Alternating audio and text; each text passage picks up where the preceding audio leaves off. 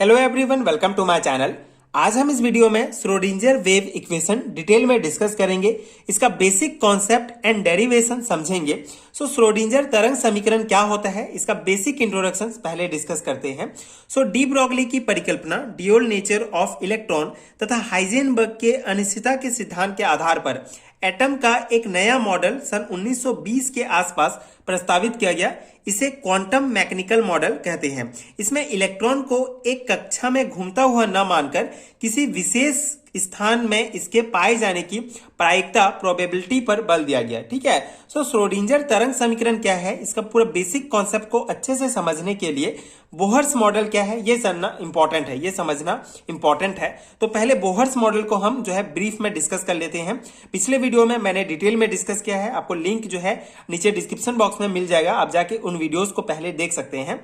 Bohr's के atomic model के अनुसार जो कोई भी एटम होता है उसके बीचों बीच में एक न्यूक्लियस पाया जाता है और इसके चारों तरफ जो है ये कक्षा होते हैं, ठीक है, ऑर्बिट होते हैं। और इन्हीं ऑर्बिट्स में, ठीक है, इन्हीं ऑर्बिट्स में इलेक्ट्रॉन जो होते हैं घूमते रहते हैं। ये बताया था बोहर्स ने अपने एटॉमिक मॉडल में। ठीक है। तो बोहर्स के एटॉमिक मॉडल के अनुसार किसी भी एटम के बीच में एक न्यूक्लियस प्रेजेंट होता है। न्यूक्लियस मतलब प्रोटॉन और न्यूट्रॉन, और जो इलेक्ट्रॉन्स होते हैं ये इन ऑर्बिट में जो है घूमते रहते हैं। ठीक है, मतलब ये इन ऑर्बिट में ये इलेक्ट्रॉन फिक्स होते हैं और इन्हीं ऑर्बिट में ही घूमते रहते हैं। ये बोहर्स ने अपने मॉडल में बताया। ठीक है।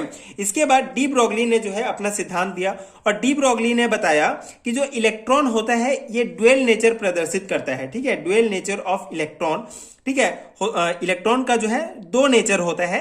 एक तो वो पार्टिकल्स की तरह वर्क करता है, ठीक है, पार्टिकल्स की तरह उसका नेचर होता है, और सेकेंड जो होता है वेव की भांति होती है। ठीक है, तो इलेक्ट्रॉन की जो है दो नेचर होती है, एक पार्टिकल्स की भांति काम करेगा, ठीक है, एक वेव की तरह भी होगा। ठीक है, तो इस प्रकार से ये बताया था डी ब्रॉगली ने। ठीक है, उसके बाद हाइजेनबर्ग के अनिश्चितता के सिद्धांत के अनुसार क्या था, हाइजेनबर्ग ने बताया कि अब इस डी ब्रॉगली के सिद्धांत, मतलब ये जो डी ब्रॉगली का परिकल्पना था कि जो इलेक्ट्रॉन है वेव है, ठीक है, एक प्रकार का वेव भी है। अगर सिर्फ पार्टिकल्स है तो ये यहाँ पे रुक सकता है, लेकिन ये इन्होंने बताया कि वेव की भांति भी कार्य करता है, इलेक्ट्रॉन वेव भी है। तो आप खुद सोचिए कि कोई अगर वेव है, ठीक है, कोई जो है अगर वेव है तो वेव जो है एक जगह में फिक्स कैसे रह सकता है। ठीक है, तो डी ब्रॉगली के सिद्धांत को जो है स्टडी करने के बाद हाइजेनबर्ग ने अपना सिद्धांत दिया कि कोई भी इलेक्ट्रॉन, किसी भी इलेक्ट्रॉन का जो है एक निश्चित जो है स्थिति का पता लगाना संभव नहीं है, क्योंकि इलेक्ट्रॉन जो है वेव की भांति भी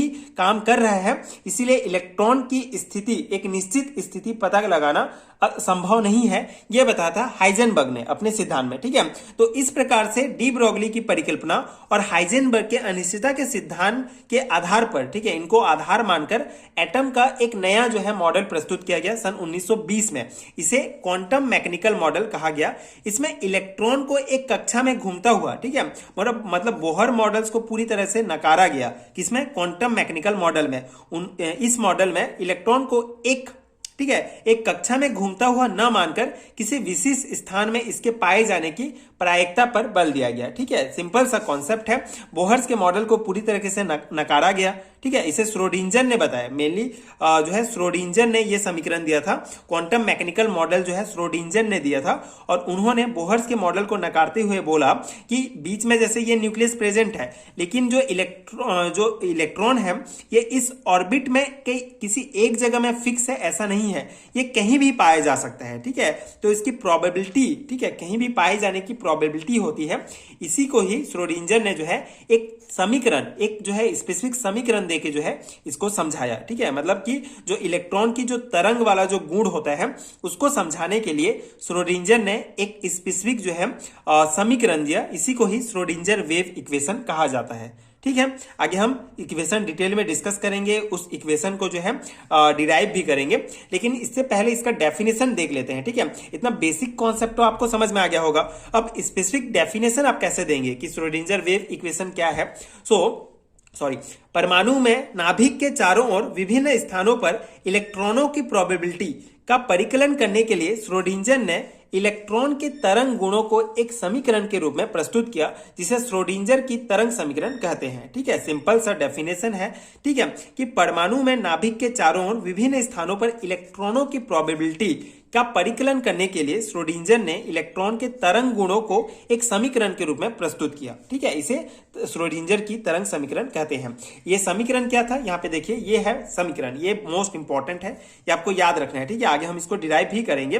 तो ये है श्रोडिंजर का तरंग समीकरण, जिसमें जो है इलेक्ट्रॉन के तरंग गुणों को जो है इन्होंने बताया था। ठीक है, इलेक्ट्रॉन जो है तरंग के भांति भी काम करता है, मतलब कि ये जो है एक जगह स्थिर नहीं रह सकता, तो उसके नाभिक के चारों ओर इसके पाए जाने की प्रोबेबिलिटी को इन्होंने बताया था। ठीक है, तो ये समीकरण क्या था, del square psi upon del x square plus del square psi upon del y square plus del square psi upon del z square plus 8 pi square m upon h square E minus V psi equal to 0। ठीक है, ये समीकरण आपको याद रखना है।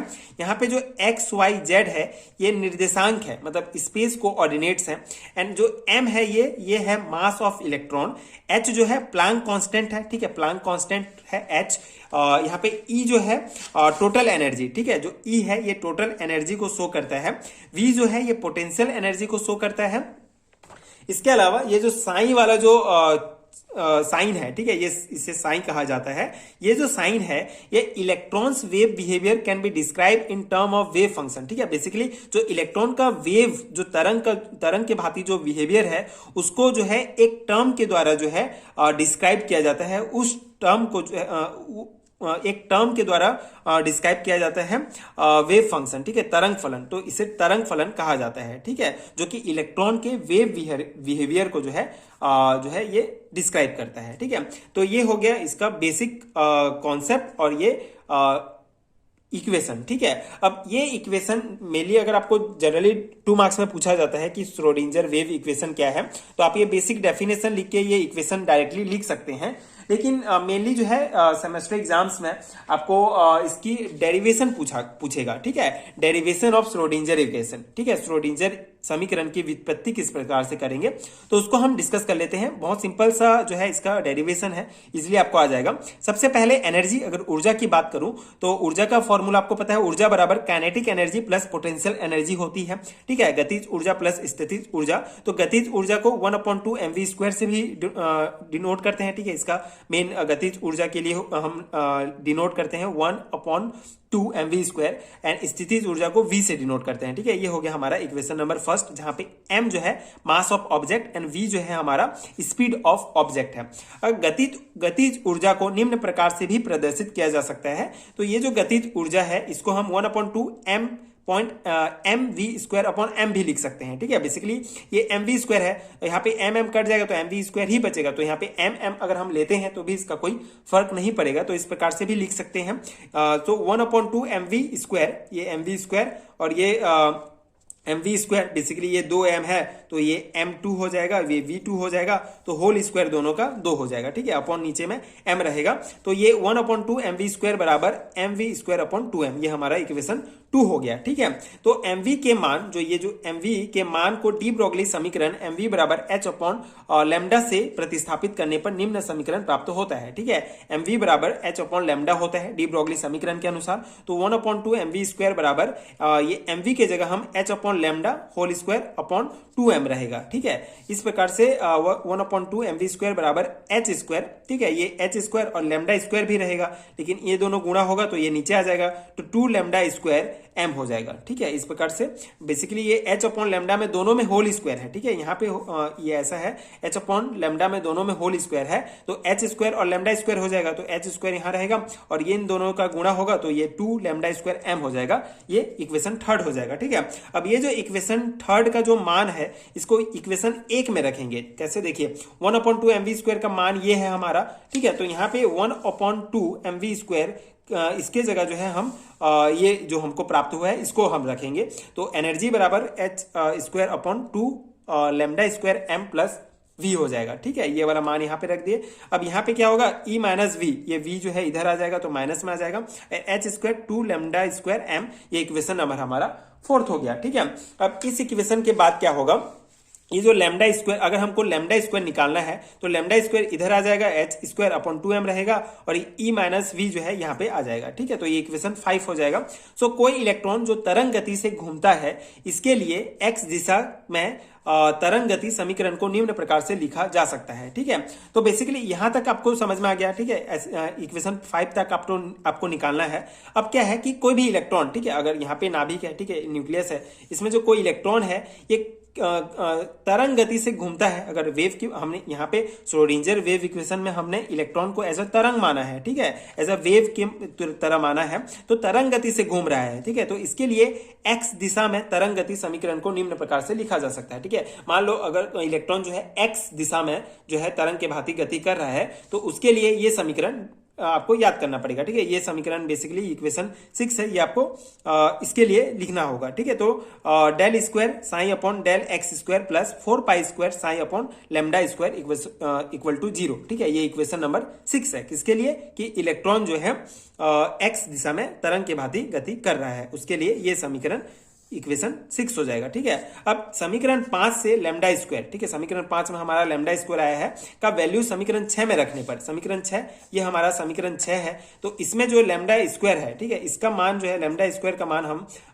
समीकरण 5 से जो है इसमें रख देंगे, तो ये हमारा हो जाएगा del square psi upon del x square plus 4 pi square psi 2mh square. ठीक है, 2mh square E minus V equal to 0। ठीक है, बेसिकली यहां पे क्या हो रहा है कि हम समीकरण 5 से लैम्डा, ठीक है, समीकरण 5 ये हो गया, ये लैम्डा स्क्वायर का मान हम डायरेक्ट जो है यहाँ पे रखेंगे। ठीक है, नीचे में रखेंगे ये सब का, तो h जो है यहाँ पे आपका h, अगर यहाँ देखिए अब यहाँ पे रखेंगे आप, तो h जो है नीचे रहेगा और ये 4 पाई स्क्वायर साइन हो जाएगा 2m और e minus V equal to 0। ठीक है, सिंपल सा है, आप इसको जो है रख के देख सकते हैं।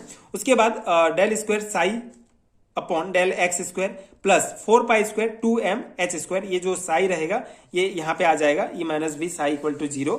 अब यहाँ पे del square psi del x square plus यहाँ पे 4 दूनी 8, ठीक है, ये इनटू में है तो गुणा हो जाएगा, तो 8 pi square m upon h square और ये e minus V psi equal to 0, ये इक्वेशन 7 है। अब देखिए यहाँ पे हमारा x अक्ष के लिए सिर्फ निकला है। ठीक है, अब तीनों अक्ष x y z तीनों दिशा में जो है गति कर सकता है, तो तीनों अक्ष के लिए जो है ये जो है फॉर्मूला आ जाएगा। ठीक है, ये एक अक्ष के लिए ये निकला है, तो ये सेम जो है दूसरे जो है वाई जेड के लिए भी सेम निकलेगा, तो तीनों को कंबाइन करके हम इस प्रकार से लिखेंगे del square psi upon del x square plus del square psi del y square plus del square psi del z square plus 8 pi square m h square E minus V psi equal to 0। ठीक है, ये हो गया आपका Schrödinger wave equation. ठीक है, I hope कि आपको समझ में आ गया होगा, बहुत इंपॉर्टेंट है बीएससी लेवल के एग्जाम्स के लिए। तो आप इस नोट्स को डायरेक्टली अपने थ्योरी एग्जाम्स में अप्लाई कर सकते हैं। एंड अगर आपको इसका नोट चाहिए पीडीएफ फॉर्म में, तो नीचे आपको डिस्क्रिप्शन बॉक्स में एंड कमेंट सेक्शन में लिंक मिलेगा पीडीएफ स्टोर का, जहां आप unit wise BSc and MSc level के एग्जाम्स के लिए नोट्स ले सकते हैं, जो डेफिनेटली आपके एग्जाम प्रिपरेशन के लिए बहुत हेल्पफुल होगा। एक यूनिट में जितने भी इंपॉर्टेंट टॉपिक्स हैं सभी का डिटेल एक्सप्लेनेशन के साथ नोट्स आपको एक पीडीएफ में मिल जाएगा, तो आप चेकआउट कर सकते हैं। एंड पीडीएफ जो है आप यूनिट वाइज अपने सुविधा के अनुसार ले सकते हैं, आपको हर एक यूनिट का जो है नीचे इंडिविजुअल लिंक मिल जाएगा। एंड अगर वीडियो हेल्पफुल है तो आगे की वीडियोस देखने के लिए प्लीज चैनल के साथ जुड़े रहिए, प्लीज सपोर्ट कीजिए, like and subscribe to my channel and thank you so much for watching.